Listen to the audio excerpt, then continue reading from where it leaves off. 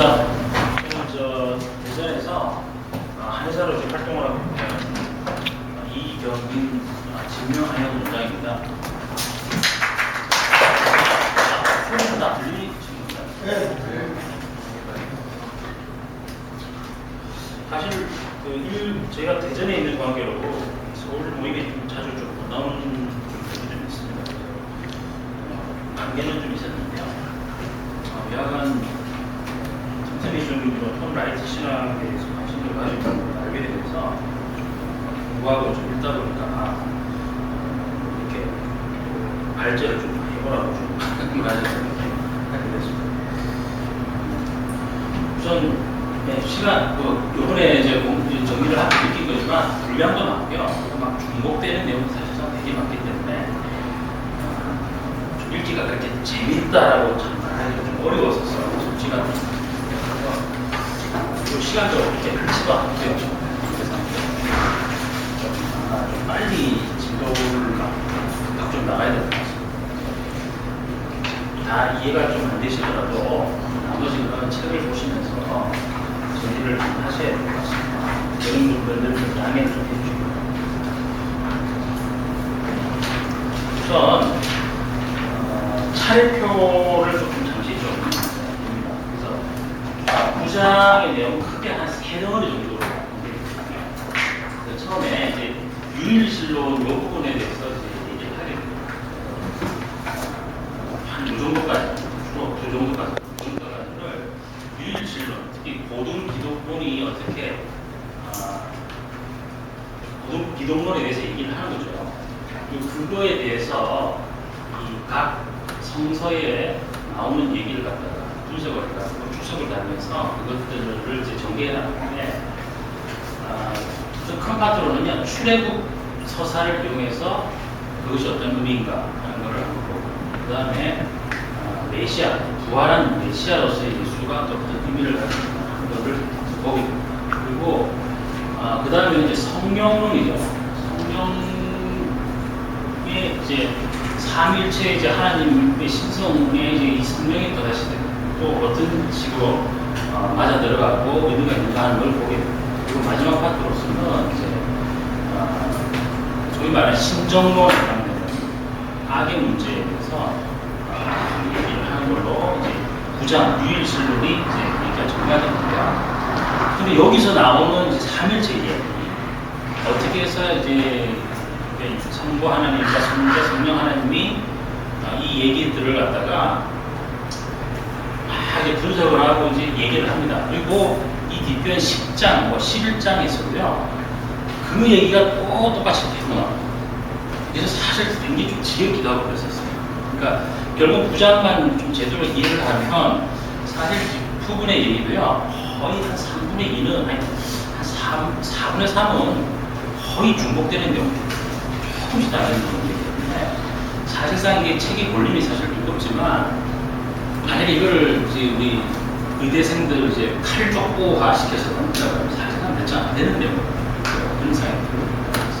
그 대신에 이제 전체적인 큰 그림을 놓치고 이 세세한 부분 들어간 막 읽기 시작하면 도대체 내가 여기를 읽은 건지 저기를 읽은 건지 헷갈리고 있습니다. 그래서 전체적인 그림 위주로 평신도 분들은 읽으시는 게 좋을 것 같고 뭐 이렇게 전공하시는 분들은 또 나름대로 보시면 될 것 같습니다. 저희 모임은 어차피 평신도들 모임이기 때문에 전체적인 그림, 전체적인 방향에 대해서 위주로 보도록 하겠습니다. 네, 한 슬라이드 한 1분에서 1분 30초도 안 되는 겁니다. 지금 툭툭 나가야 되니까 양해. 첫 번째로는요, 쉐마 얘기부터 이제 톰라이트가 진행을 합니다. 신명기 6장 4절 5절 이스라엘에 들어라 우리 하나님 여호와는 오직 유일한 여호와시니 너는 마음을 다하고 뜻을 다하고 힘을 다해 내 하나님 여호와를 사랑하라. 이 쉐마 얘기를 꺼내면서 이 쉐마를 단순한 어떤 종교적인 구호로 말을 했는 것인가? 그것이 아니다. 랍비 아키바라든가 벤 고시바, 마카베오 아들 이런 사람들이 순교를 당하고 고난을 당하는 그런 상황 속에서 쉐마를 기도했다. 쉐마로서 계속 정신무장을 하고 신앙무장을 합니다. 그래서 이 쉐마를 이제 우리가 보면 이스라엘 사람들이나 또는 이제 여기 아직 안 오셨는데 주진원 원장님 같은 경우도 그런 쉐마 이런 내용들을 자식에게 밤마다 같이 기도를 한다든지 이런 것들 이스라엘 사람들은 당연히 이성전기 시대 때는 당연히 그렇겠죠. 그렇게 했던 것은 단순히 하나님이 철학적으로 연구를 해보니까 한 분밖에 없더라 이런 식의 철학적 사유를 했던 것이 아니라고. 우리 한의학에서 사상학에서 체질은 4개밖에 될 수 없느냐 8개가 되느냐 16개가 되느냐 이런 걸 갖고 싸우는데요. 그런 철학적인 사유가 아니고 이 쉐마를 기도한다라고 하는 것은 오직 하나님에게만 충성하고 그것을 위해서는 자기가 고난과 어려움을 겪고 심지어는 목숨까지 바치겠다라고 하는 정치적이면서 철저하게 외향적인 어떤 의미로서 쉐마를 이스라엘 백성들이 항상 마음속에 간직하고 또는 저런 식의 투쟁을 해야 되거나 저항을 해야 되거나 고난을 당할 때마다 쉐마를 항상 읊었다는 거예요. 그래서 그런 대표적인 사람의 예로서 라비 아키바 얘기가 이제 책 앞에 나오게 됐고 그 외에도 에스라 사서 요셉과 아네셋 얘기 유디스 솔로몬 시대 이런 데서는 구수하게 쉐마를 이제 이용하는 읊고 하는 것들이 계속 나온다고. 두 번째 보시면 그러면 그런 쉐마가 예수 이전하고 예수 이후에 단지 달라진 게 아니고 새롭게 더 수정되고 또 재정의가 됐다라고 이제 톰 라이트 얘기를 하거든요. 그랬을 때 예수 이전에는 유일신론이 어떤 의미를 갖고 있습니다. 철저하게 우상 숭배를 하는 이교 제국이 하나님의 백성들을 이렇게 압제를 그렇기 때문에 우리는 쉐마, 즉 유일신론을 견고하게 붙잡으면서 정치적으로 그런 이교 세력에 대해서 거부를 한다. 그리고 장차 야훼 하나님이 심판하시고 정의 나라를 가져올 것을 계속 고대하고 그것을 위해서 힘껏 노력을 하겠다라는 것이 예수 이전의 이제 유일신론이죠. 그런데 바울에 의해서 이제 재천명, 재수정 재정의됐던 유일신론은 이겁니다. 쉐마에서 하나님이 어떤 하나님으로 재수정이 되는 거면 사랑하는 아들을 보내서 죽게 해주는 아버지라고 하는 경우를 쓰게 됩니다. 그리고 이 쉐마, 유일신을 신론을 붙잡고 고난과 순교를 당하는 이런 부분들은 메시아가 십자가에 못 박혀서 죽는 것으로 재정의를 합니다. 그러니까 그 이전에는 이스라엘 백성들이 고난을 순교를 당했다고 하면 이 이후에는 메시아가 온 이스라엘이 자기 몸에 합체란 말 뒤에 나옵니다. 합체를 해서 십자가에서 고난을 당했고 이제 그런 것으로 재정의가 됐다고 합니다. 그리고 우상 숭배에 대해서 이제 이교 세력에 대해서 저항을 했던 것을 이제는 메시아를 주로 고백하고 메시아를 주로 고백하지 않는 세력에 대해서 저항하고 또 메시아에게만 충성을 하겠다라는 식으로 재정의가 됩니다. 사실은 그 얘기가 그 얘기 같긴 하지만 이것은 당시에 이 메시아 예수를 우리는 이제 알고 있으니까 그게 이게 뭐 그 얘기가 그 얘기 아니냐 하지만 당시 이 성전기의 예루살렘 이스라엘 사람들한테는 이거는 어떻게 보면 뭐 완전히 이단 죽일 이런 사건이 되는 거죠. 그래서 그 다음에 이제 모든 기독론에 대한 기원, 즉 예수가 신이냐 뭐 이런 이제 논쟁들이 많잖아요. 삼위일체냐, 또 이제 뭐 여호와의 증인들 보면은 뭐 삼위일체 인정 안 하고 예수는 조금 밑에다 성자, 종속설 이런 거만 주장하고 그러는데 그러면 예수가 하나님과 동등되는 어떤 그런 분이시다라고 하는 이런 고득 기독론은 언제 출현했냐? 그리고 이게 정말 유대적인 산물이냐 아니면 헬레니즘 이후에 영향으로서 나온 것입니다. 계몽주의 같은 경우는 초대교회가 나중에 헬레니즘과 혼합이 되면서 출현했다고 생각을 합니다. 주장을 합니다. 저도 사실 늘상 그렇게 알고 있어요. 그래서 요한복음은 후대에 나온 저자들이고 마태복음 이런 것, 야가복음은 초창기에 나와서 그런 고독 기독론이 없고 이런 식으로 했었어요. 그렇지만 사회 돌발이 발견하고 이러면서 당시 제2성전기 시대에 이미 예수께 붙여졌던 신격화된 호칭을 이미 유대교에서 이런저런 모습으로 이렇게 이름을 붙이고 사용했었다는 거예요. 그리고 기존 정통 견해에서는 예수가 자기 자신이 인자라고 표현한 것을 이제 다니엘서 7장에 어떤 그런 내용들을 가지고, 그러니까 자기가 인자라고 했으니까 하나님과 동일성이다, 이런 식으로 주장을 했다는 거죠. 다음에 그 전에는 없었는데, 모든 기독론이 없었는데, 바울이 다메섹 도상에서의 그 경험을 하고 나서 고두분 기독론이라고 하는 것들을 주장했고 나오게 됐다, 이런 식의 주장도 있었다는 거죠. 그렇지만 다메섹 도상 이후에 만약에 바울이 유일하게 고두분 기독론을 갖다가 만약에 알게 되고 주장을 했다 그러면 바울과 전혀 관계없는 그 교회 공동체, 요한 공동체라든가 히브리서를 지었던 그런 공동체에서 고등 기독론을 주장하는 것은 전 실명이 안 되지 않습니까? 그리고 뒤에 나올 내용이긴 하지만 바울이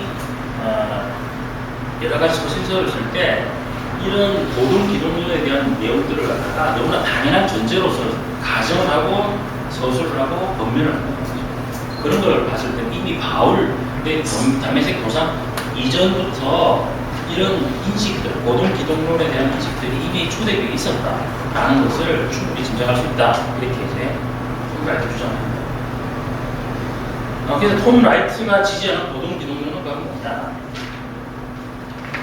이분은 이제 뭐 주로 레리 허타도, 그다음에 데이비드 보캄, 이런 사람들의 주장들을 이렇게 많이 인용을 하거든요. 그래서 아마 레리 허타도의 뭐 주 예수 그리스도 이 책에 나온 내용들은요, 제자들이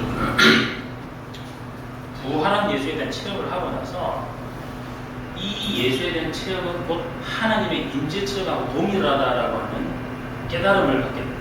그리고 그 내용을 가지고 역으로 구약 성서를 막 이제 보면서 그것은 맞는 내용이다라고 확인을 하고, 그러고 나서 재정의된 새로운 패턴으로 이렇게 복음서라든가 또는 바울 같은 경우는 이제 서신서를 쓰게 된 것이 이제 신약 성서를 형성하게 된 것이다, 이렇게 이제 본다고 하는데요.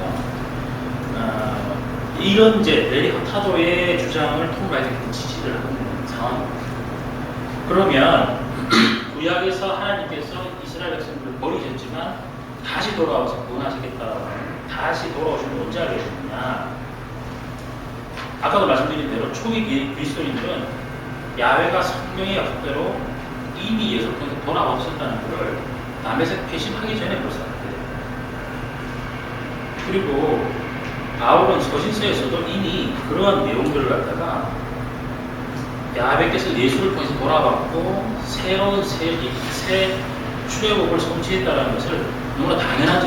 더 이상 구태연하게 막 구구하게 설명을 한다든지 부연 설명을 한다든지 너희들이 오해할지 모르지만 나는 이렇게 쓴다든지 이런 표현이 없이 그냥 너무나 당연한 전제로서 이렇게 써버리는 이런 것들을 보게 되는 것이죠. 그래서 그러면 혹시 그럼 야훼에게 돌아왔다라고 하는 내용이 제2성적의 어떤 문서 속에 혹시 나온 게 있나요? 아니 그런 내용들이 많이 나온다 그러면 바울이나 초대교회 사람들이 야훼가 돌아왔다라고 하는 인식 자체가 어떤 그런 문서들의 영향 때문에 온 것이 아니냐, 이렇게 말할 수가 있는데, 실제로 다 뒤져봤을 때 그 제2성전기 문서 중에서 하나님이 돌아왔음을 나타내는 것은 신약서 24장의 내용, 뭐 지혜를 보내서 뭐 그분이 뭐 성전에 이렇게 안식을 하고 하는 이제 그런 신약서 내용 말고는 못 가는 거예요. 그러니까 문서를 의해서 어떤 영향을 받아서 야훼가 돌아왔다라고 이제 주장하는 것이 전혀 아니다라고 알고 있습니다. 네. 그래서 그 내용들을 갖다가 이게 사실상 거의 요약에 해당되는 내용들이죠. 이거를 이제 각 성서의 주석을 달면서 이제 조금씩 그 얘기를 하는 겁니다. 자세한 내용은 해드릴 수가 없습니다. 그냥 아주 간략하게만 얘기해드릴 수가 없고, 나머지는 이제 책을 직접 좀 읽고 이해하셔야 됩니다. 갈라디아 4장과 로마서 8장인데요. 갈라디아 4장은 내용은 대충 아실 겁니다. 갈라디아 4장은 뭐 하갈 소생이 나오고 뭐 이러잖아요. 그래서 뭐 율법에 있는 것을 갖다가 뭐 초등학교에 뭐 되어 있는 것이고, 그것을 마치 애국에 종살이 하는 것처럼 비유를 합니다.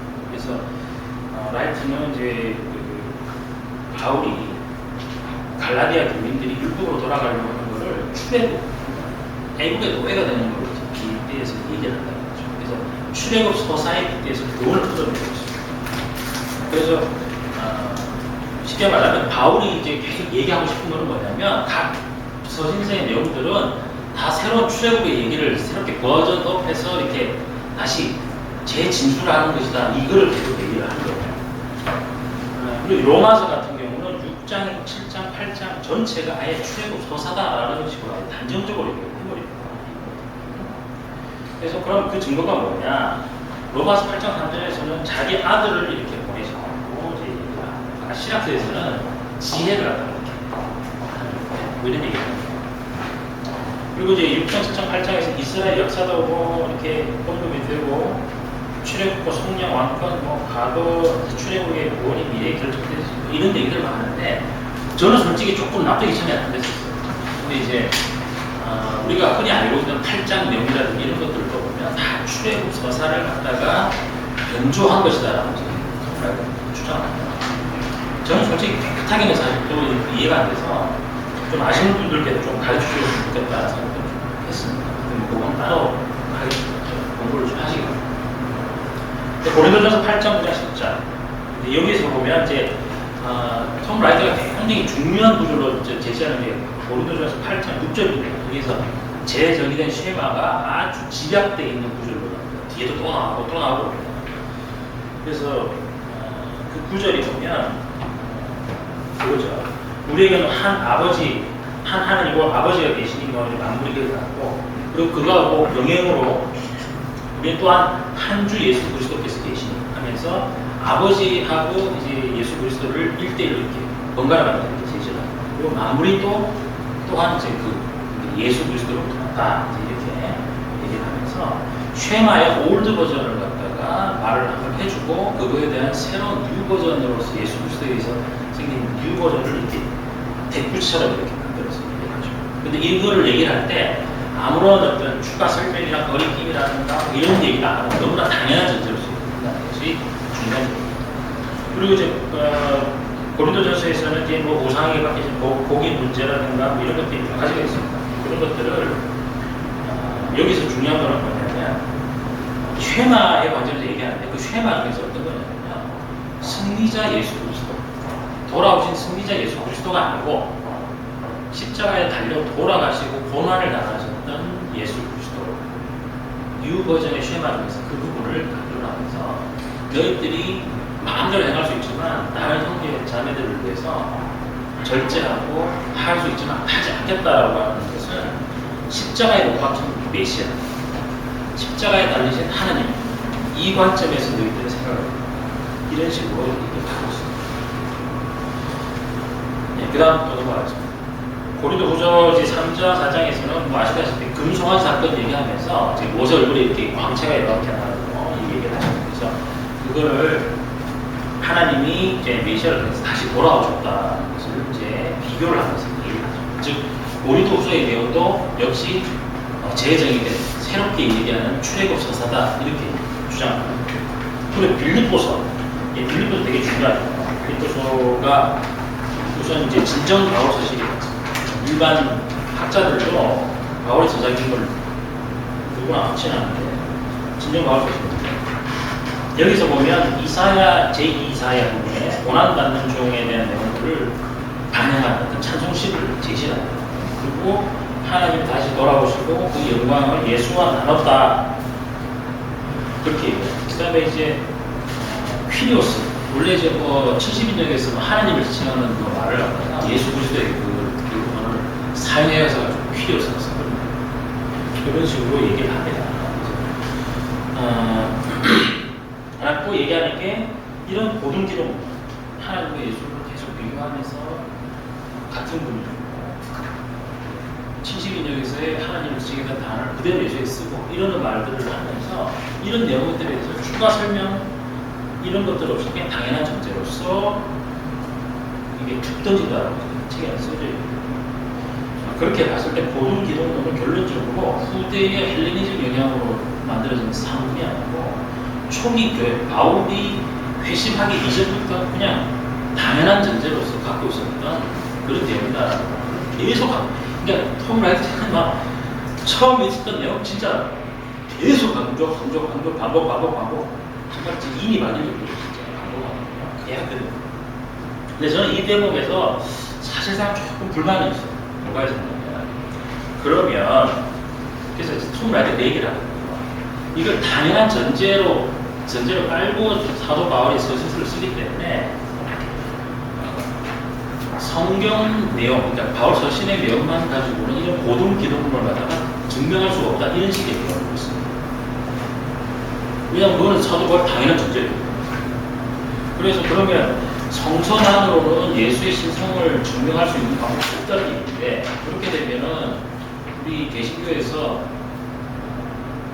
성경이 가장 위에 있다라고 주장할 수 있는 차라리 가톨릭처럼 그것을 해석을 해주는 사람들, 교회가 같이 성경과 같은 거리에 있어야 되는데 저는 사실 좀 그런 생각이 순간적으로 불편했었어요.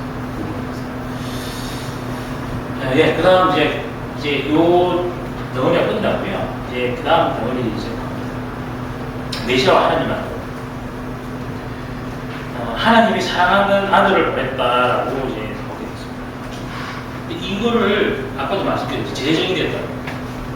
쉐마의 하나님은 사랑하는 자기 아들을 보내어서 죽게 하신 하나님 이렇게 재정이 됐는데 이 말 자체로는 예수의 신성을 증명할 수가 없고 바로 계속 이 표현을 씁니다.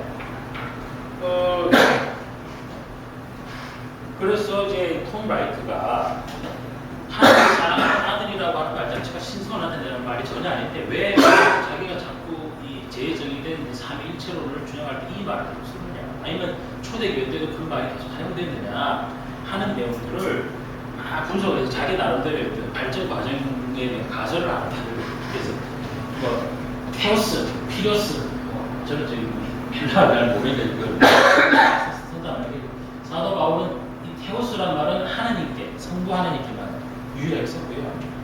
물론 이제 로마서 이제 한 구절에서는 예외적으로 그걸 쓰고 나머지는 전부 테오스가 쓴다고 나머지는 퀴리오스를 씁니다. 그리고 이스라엘 사람들한테는 아버지라고 하는 말, 하나님은 아버지다라고 하는 말은 구약을 통해서 잘 알고 그리고 그 아버지의 아들, 근데 구체적으로는 다윗의 아들이 메시아로서 하나님의 일을 할 것이다 라고 하는 믿음이 있었다. 그래서 하나님과 주, 그것도 주인가요? 모르겠습니다. 퓨리오스 주죠. 그럼 아버지와 아들, 이런 관계. 그냥 하나님, 예수는 주, 이건 아버지, 예수는 아들, 이런 식의 구도가 생겨나요. 그 다음에 고린도서 8장에서 아까 제재의 쉐마에서 보면 마무리 퀴리오스로서도 말미암아 참고됐다 이런 식의 논리를 가설을 세웠습니다. 전 잘 모르겠습니다. 솔직히 뭔지 잘 모르겠는데 하여튼 뭐 이런 과정을 통해서 결국에는 신성이 담보되지 않은 이런 말들까지도 이제 신성에 해당되는 그런 용어로 사도 바울이 이제 그 단어를 승격시켜버린다 이런 주장을 하고 있습니다. 부활의 의미 부활 사건이 있고 나서 하나님의 아들이 이 신성을 얻게 됩니다. 아니면 원래부터 신성을 갖고 계시는데 부활 사건이라고 하는 그 신성이 이렇게 확 드러나게 된 사건이다. 이걸 뭐 기억되게 많이 싸운다.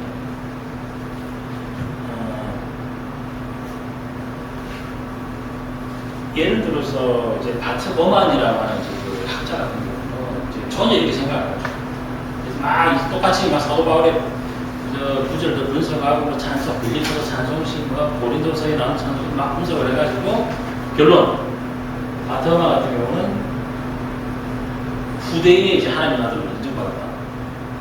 바울은 오히려 하나님이라고 인식도 안 했다. 이런 식의 막 주장을 합니다. 사도 바울, 이제 톰 라이트는 전혀 반대로 이렇게 주장합니다. 그 주장은 뭐 또 뒤에도 나오고 앞에 나오고 하니까. 그리고 이제 참고로 부활에 관한 이제 톰 라이트 책이 주쳐서 3권이잖아요. 3권에서 로마서를 딱 시작할 때 벌써 그 얘기를 하거든요. 로마서는 이신칭에 대한 책이 아니고 부활에 대한 책이다. 이렇게 시작하면서 로마서 3권을 그 다음에 이제 퀴리오스 문제를 이제 다루고 있는데요.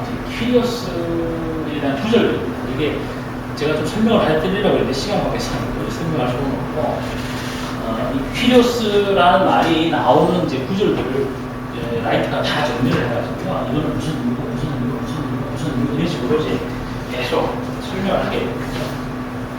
그래서 막 중요한 것만 좀 말씀드립니다. 빌립보서 2장 11절 같은 거, 모든 입으로 예수 그리스도를 주라 하시는다. 그리스도를 퀴리오스라 하시는다. 이렇게 됩니다. 로마서 10장 같은 경우는 이제 유대인이나 헬라인의 차별이 없고 한 분이신 주, 한 분이신 퀴리오스께서 모든 사람이 퀴리오스다. 이런 식으로 그런 식으로 계속 주장하는 거죠. 그러면 이제 예수를 하나님이라고 직접 하면 이 문제가 잘 어떻게 됩니까? 그 부분들은 이제 로마서 9장 5절에 유일하게 이제 나오게 됩니다. 로마서 9장 5절은 이제 굳이 이렇습니다. 조상들도 그들의 것이요 육신으로 하면 그리스도가 그들에게서 나셨으니 그는 만물 위에 계셔서 세세히 찬양을 받으실 하나님이시라. 아멘. 이게 지금 주어졌고 유일하게 예수 그리스도에 대해서 테오스라고 주장합니다. 그래서 이 구절이 참 문제인데 톰 라이트는 어떻게 주장하냐면 이 구절이야말로 메시아 예수와 이 하나님의 최종적인 도래를 결합했다 이렇게 표현합니다. 그리고 뒤에 10장의 내용을 갖다가 쭉 연결해 봤을 때 이 구절에서는 테오스라고 하나님 예수를 테오스라고 이제 주장하는 것이 자연스러운 문맥에 대해서 맞다 이렇게 주장합니다. 근데 제가 지금 이거를 아까 이제 바츠커만이라는 학자 얘기했는데 이거 정반대에 있는 학자들은 어떻게 하는가 좀 봤었거든요. 그랬더니 이 구절은 잘못 번역됐다 이렇게 해서 어떻게 하냐면 그리스도가 그들에게 나셨으니 아직은 이제 예수 그리스도가 맞고 그 뒷구절에 만부에 계셔서 세세 찬양을 받으실 하나님이시다는 이제 문장이 같은 문장이야 다른 문장이 없습니다. 그래서 앞에는 예수 그리스도의 의미이고 뒷부분은 그 야훼 하나님, 성부 하나님에 대한 얘기이기 때문에 이런 식으로 이제 번역을 하면 안 된다. 이렇게 주장하고 그 바트거만이 말하는 책에서는 그런 식의 해석이 오늘날의 대다수의 학자들이 맞다라고 주장한다. 그렇게 했더라고요. 그거는 제가 본 전공 중에 아니기 때문에 임 교수님이 직접 부분에서 설명을 해주셨습니다. 어느 쪽의 해석이 맞는지 아니면 어느 학자들이 더 많이. 질문을 다시 한번 죄송합니다. 9장 5절 주장이요. 네. 그리스도께서 그들에게 나셨고 마음대에 계시고 세세의 찬양을 받으신 하나님이시다. 테오스라고 하는데 바트거만 책을 제가 찾아봤더니 그 번역이 잘못됐다. 하나 번역이 잘못돼서 그걸 중간에 쭉 잘라야 돼요. 앞에는 예수 그리스도를 지칭하는 말하고 뒷부분은 이제 야훼를 지칭한 말인데 이걸 어떻게 충분히 섞여가지고 그냥 예수가 테오스가 되고 이런 식으로 주장했다. 이렇게 주장한다는 거죠.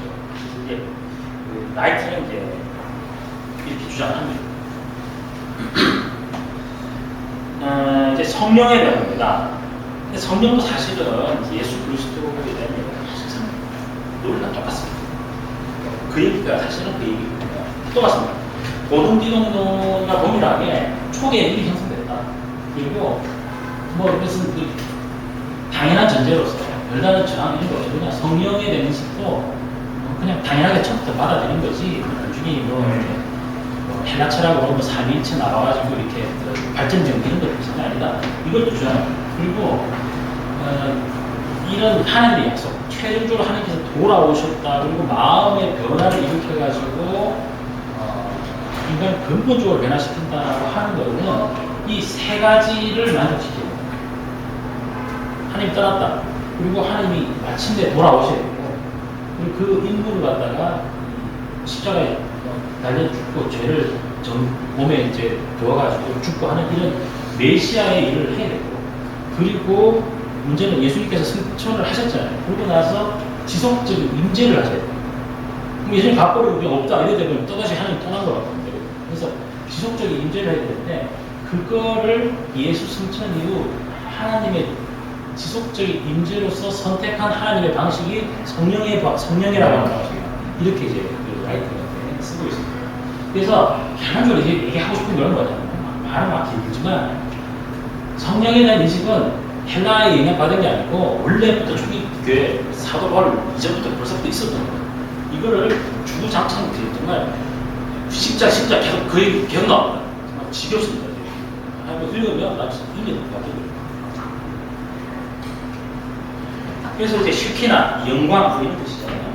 그래서 이것도 마찬가지. 그러면 성령이 예수 그리스도의 몸에 임재를 하시잖아요. 그러면 성령 어디서 그걸 우리가 발견할 수 있느냐 이 얘기를 하는 건데 그게 교회라고 하는 거예요.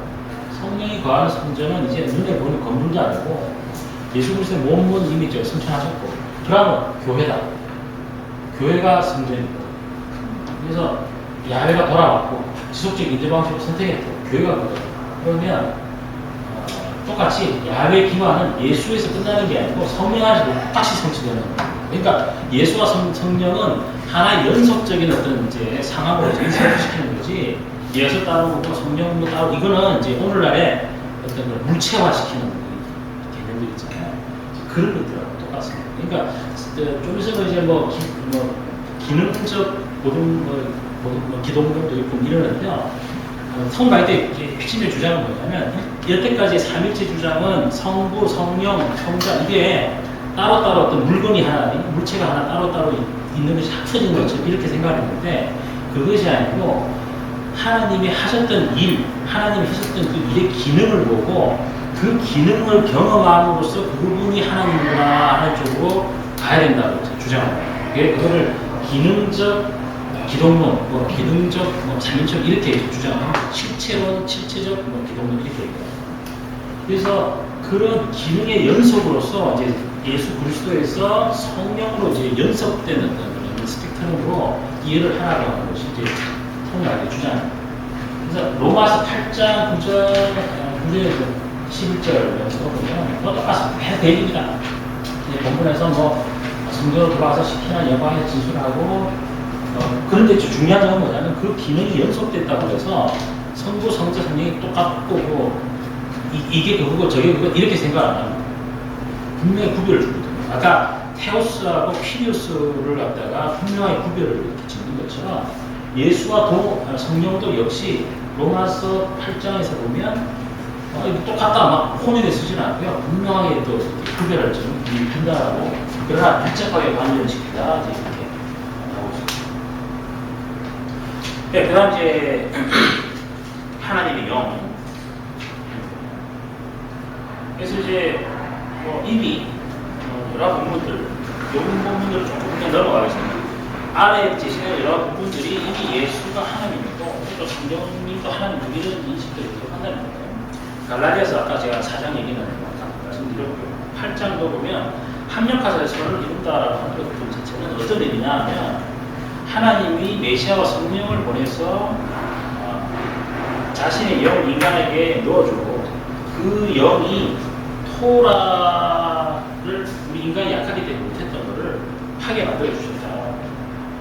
그래서 합력과 서로를 이룬다라고 하는 것은 라이트의 의견으로 따지면 성령이 마음속에 들어가셔서 토라의 요구를 완벽하게 이루어주셨다를 이제 합력하게 서로를 이룬다. 아버지가 이 사람은 해석을 합니다.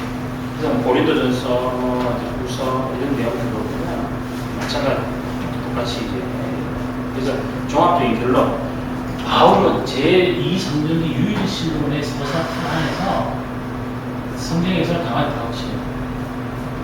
이분은 유일신론의 서사, 출애굽 서사라든지 돌아온 서사 이런 것들을 다 그 안에서 약간의 이제 재정의를 통해서 성경의 역사까지도 그 안에서 이제 합쳐버린 거죠.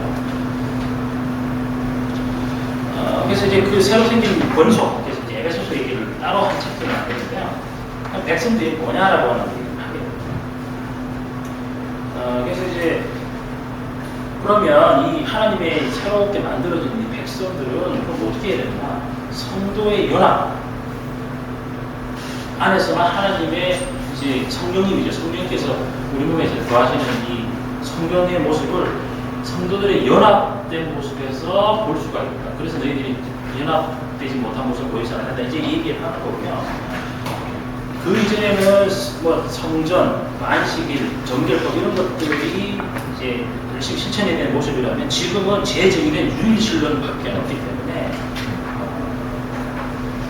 실천할 게 없다. 하나님과 메시아 정령에 대한 어떤 그런 모습들을 깊게 잡아야 되고, 그걸 잡는 방법은 교회 안에서 연합을.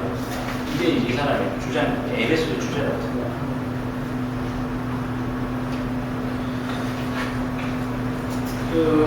그리고 이제 고린도서 15장 20절에서 28절 내용도 뭐 다 마찬가지입니다. 뭐 수정된 유일신론, 뭐 제적이 된 쉐마 이런 거 다 똑같은 얘기인데, 한 가지는요, 15장 28절에 성자 종속설 이 부분이 좀 있는데요.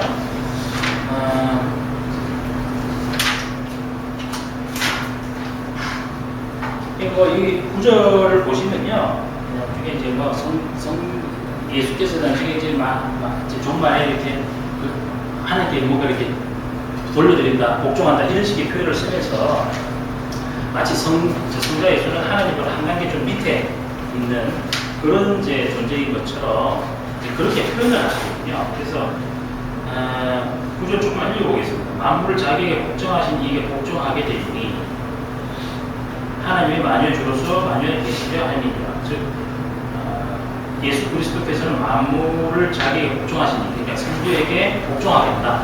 이걸 근거로 삼위제 틀렸다. 예수 야훼가 제일 크고 그 밑에 성자가 있다. 이렇게 얘기하는 이제 아리우스파도 있고요. 오늘날에는 이제 여호와의 증인들을 그렇게 주장하면서, 그래서 여호와만 증거한다 이런 뜻입니다. 성자는 여호와가 도구가 아니다 이런 주장들 하는데, 이런 주장들은 여태까지 계속 설명했던 이런 내용들 고린도전서에 또 유일하게 계속 나오는 이런 기독론적인 유일신론하고 상충되어 있기 때문에 말도 안 된다 이제 이렇게 주장합니다. 그 다음에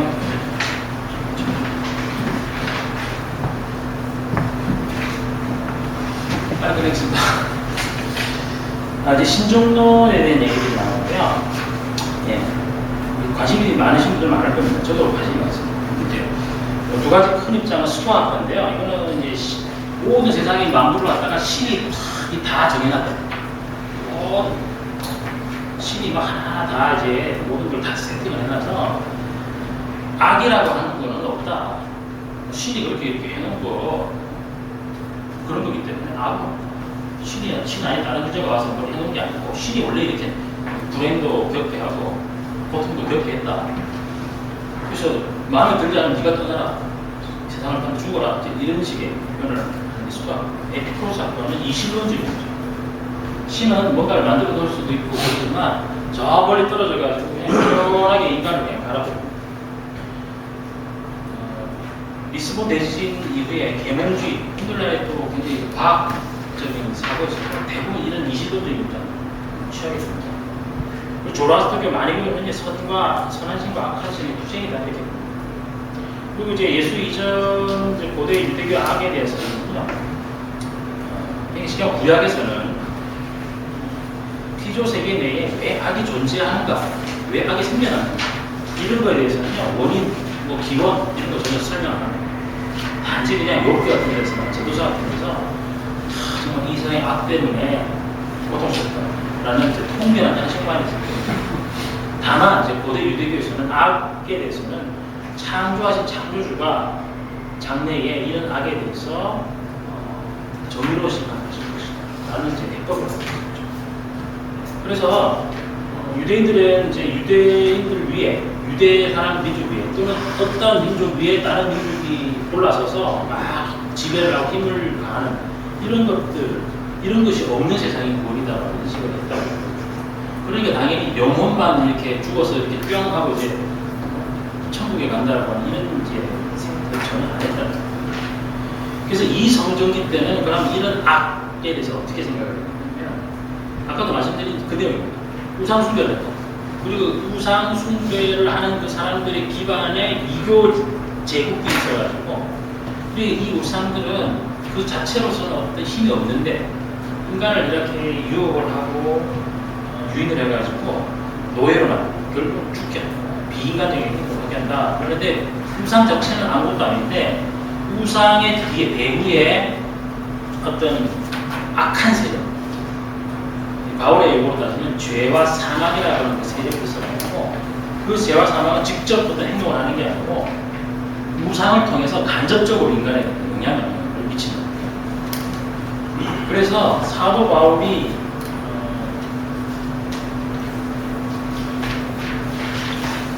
그래서 이제 사도 바울이 뒷얘기도 드리죠. 사도 바울이 예수 그리스도를 딱 경험하고 나서 우상을 딱 봤더니 우상은 아무것도 아니더라. 우상은 아무것도 아니고 우상 뒤에 배후에는 저 죄와 사망이라고 악한 세력이 있었다는 걸 주장하고 우리가 싸워야 될 대상은 다른 것이다라고 주장합니다. 우상을 막 가서 막 도끼질해서 부시는 게 문제가 아니고 죄와 사망 자체를 공격이 대상인데 이 죄와 사망 자체를 예수 그리스도가 사실은 부활을 통해서 해결을 하셨다. 새로운 이치입니다. 그래서 그 공경과 합법인데요. 바울은 어거스틴과 루터는 이제 어떻게 하냐면 바울이 열심히 율법을 열심히 지키려고 해서 도저히 지킬 수가 없어서 결국은 양심의 가책으로 괴로워하다가 예수를 담에색에서 만나고 새로운 행복 찾게 얘기해보는 샌더스는 문제가 있는지 전혀 모르고 있었는데 바울이 담에색 경험 이후에 문제를 갖고 있었다. 이런 식의 주장을 했다고 합니다. 그러나 이제 라이터가 주장하는 건 뭐냐면 원래 바리새인으로서 아까 말씀드린 우상 숭배, 이교 제국이 괴롭히다 라고 하는 이런 본경을 갖다가 예수 그리스도라고 하는 예법을 담에색에 만남으로써 그 원인이 잘못된 것.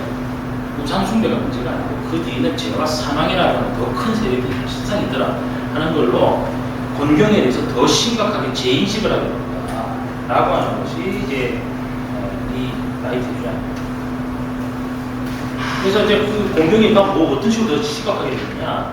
예전에 우상 숭배만 안 해도 된다고 얘기했습니다. 그런데 메시아가 죽었더라고요. 메시아가 죽는 걸 보니까 메시아는 자기 몸에 이스라엘을 연합해서 죽어졌거든요. 죽은 걸 보니까 이방인뿐만 아니고 메시아가 죽었습니다. 메시아에 이제 이스라엘이 다 합체가 됐잖아요. 그러면 이스라엘도 그 속에 죄가 있어 죽음이 되는 거죠. 결국 그래서 이방인뿐만이 아니고 유대인들도 이 악한 세력에 이미 다 감염이 되어 있다고 하는 것을 메시아의 죽음을 통해서 바울이 더 심각하게 인식하게 됐다라고 얘기합니다. 그러려면 여태까지 그러면은 토라라는 걸 뭐하러 줘가지고 참 귀찮게 했느냐. 그랬을 때 토라에 대한 입장은 토라는 이렇게 할 수가 없고 만약 토라가 이렇게 할 수 있는 기능이 있다고 메시아가 죽일 필요가 없고 토라를 어떻게 잘해가지고 어떻게 구원을 하도록 하는 게 적혀 있었는데 그런 기능은 없다. 다만 라이트의 주장인데 토라는 사람의 죄를 더 심각하게 이렇게 구별해서 더 심하게 드러나게 해서 딱 정죄를 할 수 있도록 그런 기능만이 한다고 생각합니다. 다른 표현을 쓰면 우리가 의사들이 이학적 검사라고 하고 여기가 아픈데 이거 그냥 환자가 아프다고 해서 되는 게 아니고 이걸 최고로 아프게 하는 어떤 동작들이 있어요. 잡아준다든지 압박을 하는 이런 식으로 해서 그런 식의 기능밖에 그런 토라가 사람을 구원할 수 없다. 그래서 메시아가 죽고 다시 부활했다고 하는 것은 이스라엘이 연합을 해서 자기가 죽고 부활해서 그 다음부터는 이런 민족적인 의미는 없다. 어차피 이방인하고 유대인하고 다 같이 죄 안에 있었던 것이기 때문에 이런 의미가 없는 새로운 백성을 하나 만들어야 된다. 그것이 이제 뜻입니다. 그래서 부활의 빛 아래서는 그래서 하나님의 가장 근본적인 처방은 뭐냐면 메시아 예수에게 이스라엘을 전부 다 연합시켜가지고 죽고 부활하게 해서 아예 리셋을 한 다음에 새로운 하나님의 백성을 새롭게 재창조를 해버리는 것이 하나님의 처방입니다. 그리고 그 해법이 예수 그리스도의 그 담에색 경험, 바울의 담에색 경험으로 해서 그걸 확 알게 됐다라고 하는 겁니다. 그 연합에 대한 얘기는 이태원 목사님 하시는 거죠. 그래서 그 똑같은 내용들입니다. 뭐 예수 이전에는 이교 우상숭배가 문제였다고 하지만 이후에는 죄와 사망이 문제가 되고 예수 그리스도의 십자가와 죽음 부활을 통해서 어떤 어려움이 우리가 있었는가 하는 원경도 새롭게 인식하게 되고 해법도 과연 무엇인가 하는 것을 이때까지는 토라가 해법이라고 생각했었잖아요. 근데 그건 토라 해법이 아니다. 이렇게 인식이 바뀌어버려요. 그래서 예수 이전 사람들에게는 공경에 대한 인식이 절반을 하고 절반을 틀리게 됐다. 거의 끝났습니다. 그래서 그러니까 성경은 이제 인간이 연약해서 일부러 요거를 행할 수가 없지만 사람 안에 이제 거하셔서 소위 말해서 마음에 이제 새겨버렸어요. 그렇게 하셔서 여러 가지 열매를 맺음으로써 오히려 토라의 요구를 다 들어줄 수 있게 된다. 이렇게 표현합니다. 그게 이제 구약에서 그게 이제 이해돼요. 그러면 이런 이제 마지막 질문. 부활 같다는 메시아 부활 아니에요? 백성들 전부 다 부활하게. 죽고 다시 부활하게 만드는 대신 모든 예수가 또 죽고 부활하고 다시 또 뭐 세례 받아서 성령 또 받아야 되고 왜 이렇게 하는 거예요? 구약에 사람의 마음을 예레미야서 변화시켜서 하나님의 목적을 새로운 백성을 창조하시겠다고 하는 그 예언들이 있는데 다 부활해버리면 그 예언이 완전히 이제 도름되고 그 예언을 엄청나기 때문에 하나님이 이제 성령에 의해서 재창조된 백성을 갖다가 만들어서 최종적인 종말까지 하는 일을 하게 된다라고 제 사도가 인식했습니다. 구약의 그런 예언, 메시아의 부활 이걸 통해서 이런 식의 인식을 하게 됐고 그래서 종말은 계시됐고 완전히 성취되지 않았다라는 이제 계시된 종말을 인식을 하게 됩니다. 이렇게 되죠. 그래서 소망은 이렇게 제정됐다. 그래서 이제 마지막 결론은 간단한 겁니다. 초창기 때 맨 첫 장에 이렇게 나오잖아요. 수마를 기도하면서 이런 이제 하나님 나라에 이제 멍에를 짊어진다. 이렇게 기도하고요. 사도 바울이 마지막에 감옥에서 죽으면서 기도하였던 쉐마가 과연 무엇일까? 그걸 이제 사도 바울이 추정하는데 그게 고린도전서 8장 6절에서 것이다. 이렇게 자기 나름대로 추정합니다. 그래서 수정된 쉐마를 감옥관에서 계속 훑으면서 기도하면서 죽음을 기다렸을 것이다. 그것은 마치 우리가 신명기에 나오는 쉐마를 라삐 아키바가 고난 고문을 받을 때 그 쉐마를 기도했던 것처럼 똑같은 심정이었을 것이다. 그러나 내용은 라삐 아키바는 신명기 구절을 이제 한 거고 바울은 이제 다시 이제 수정된 쉐마를 했을 것이다. 이렇게 하면서 이제 구절이 끝납니다. 아까 말씀드렸던 우리에게 한 아버지 하나님 계시고 또 메시아 한 주가 계시고 만물이 아버지 하나님으로부터 말미암았고 또한 만물이 메시아 우리 주로 말미암았다. 이 구절을 외우면서 감옥에서 쓸 수 있을 것이다. 이렇게 정리하고 있어요. 예, 이 시간 들어주셔서 감사합니다.